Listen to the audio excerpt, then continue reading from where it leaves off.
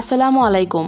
সুরাইস kitchen চ্যানেলে আপনাদেরকে আবারও স্বাগত জানাচ্ছি আমার আজকের রেসিপিটি দেখার জন্য। দীর্ঘদিন যাবৎ একাধারে মাছ মাংস খেতে খেতে যখন আর কোনো কিছু খেতে ভালো লাগে না বা মুখের রুচি চলে যায়, তখন এমন একটি শুটকির রেসিপি থাকলে খেয়ে দেখবেন মুখের রুচি চলে আসবে আর আপনিও তৃপ্তি করে খেতে পারবেন। এখন আমি শুটকি ভুনা করার জন্য চুলাতে একটা কড়াই বসিয়ে তাতে পরিমাণ মতো সরিষা তেল দিয়ে দিয়েছি। আমি এখানে সরিষা তেলটা দিয়েছি কারণ যে কোনো শুটকি ভুনাতেই সরিষা তেল দিয়ে আমার ভালো লাগে। আপনারা চাইলে সয়াবিন তেলও দিতে পারেন। এখন বেশি করে কেটে রাখা পেঁয়াজ আর রসুনের কুচি দিয়ে দিব। পেঁয়াজ রসুনটাকে ভালোভাবে তেলের মধ্যে কিছুক্ষণ ভেজে নেব।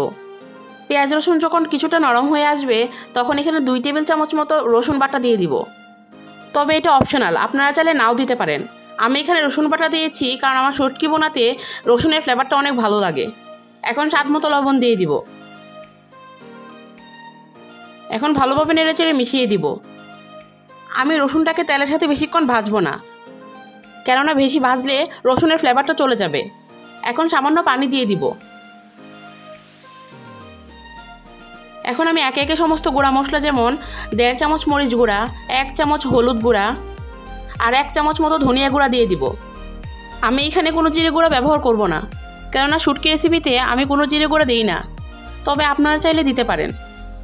এখন মশলাগুলোকে ভালোভাবে মিশিয়ে দিয়ে একটা ঢাকনা দিয়ে ঢেকে মশলাটাকে ভালোভাবে কষিয়ে নিব। দেখেন আমি 5 মিনিট মতো ঢেকে কষিয়ে নিয়েছি আর আমার মশলাটাও ভালোভাবে কষানো হয়ে গিয়েছে। যখন দেখবেন মশলা থেকে তেল ছেড়ে দিয়েছে তখন বুঝবেন যে মশলাটা কষানো হয়ে গিয়েছে। এখন আমি আগে থেকে ভেজে রাখা শুটকি মাছগুলো দিয়ে দিব। এখানে আমি ট্যাংরা মাছের শুটকি নিয়েছি। আপনারা কিন্তু সেম প্রসেস ফলো করে যে কোনো শুটকি রান্না করতে পারবেন। এখন আমি শুটকিগুলোকে মশলার সাথে ভালোভাবে মিশিয়ে দিয়ে 2 মিনিটের মতো এভাবে নেড়েচেড়ে ভেজে নেব। ভেজে নেওয়া হয়ে গিয়েছে। এখন ঢাকনা দিয়ে ঢেকে কিছুক্ষণ কষিয়ে নিব। যেহেতু আমি শুটকিগুলোকে আগে শুকনো তাওয়ায় ভেজে তারপরে রান্না করছি, তাই কষতে বেশি সময় লাগবে না। দেখেন আমার শুটকিগুলো ভালোভাবে কষানো হয়ে গিয়েছে। এখন ভালোভাবে নেড়েচেড়ে ঝোলের পানি দিয়ে দিব। যেহেতু শুটকিটা আমি ভুনা ভুনা করব, তাই ঝোলের জন্য বেশি পানি দেব না। এখন আবারও ভালোভাবে মিশিয়ে দিয়ে একটা ঢাকনা দিয়ে ঢেকে 5 মিনিটের মতো রান্না করে নেব।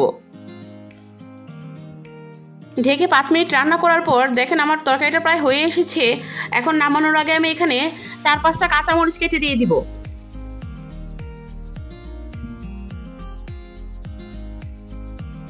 আর বেশি করে কুচি করে কেটে রাখা ধনিয়া পাতা দিয়ে দিব।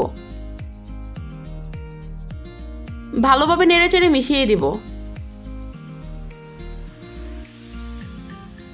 মেশানো হয়ে গিয়েছে। এখন আর 1 মিনিট মতো ঢেকে রান্না করে নিব। এরপর যখন আপনি ঢাকনা খুলবেন, এত সুন্দর একটা ফ্লেভার আপনি পাবেন যে আপনার ক্ষুধা অনেক বেড়ে যাবে। আর সারা বাসার রসুন, শুটকি আর ধনিয়া পাতার ফ্লেভারে মোমো করবে।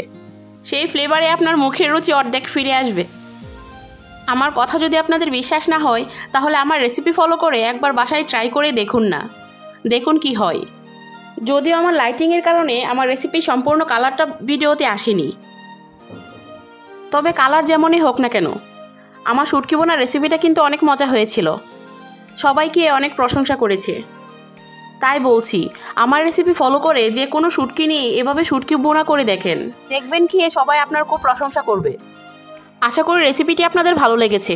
যদি ভালো লাগে তাহলে প্লিজ একটা লাইক দিয়ে দিবেন আর আমার চ্যানেলটি সাবস্ক্রাইব করে আমার পাশে থাকবেন। আল্লাহ হাফেজ।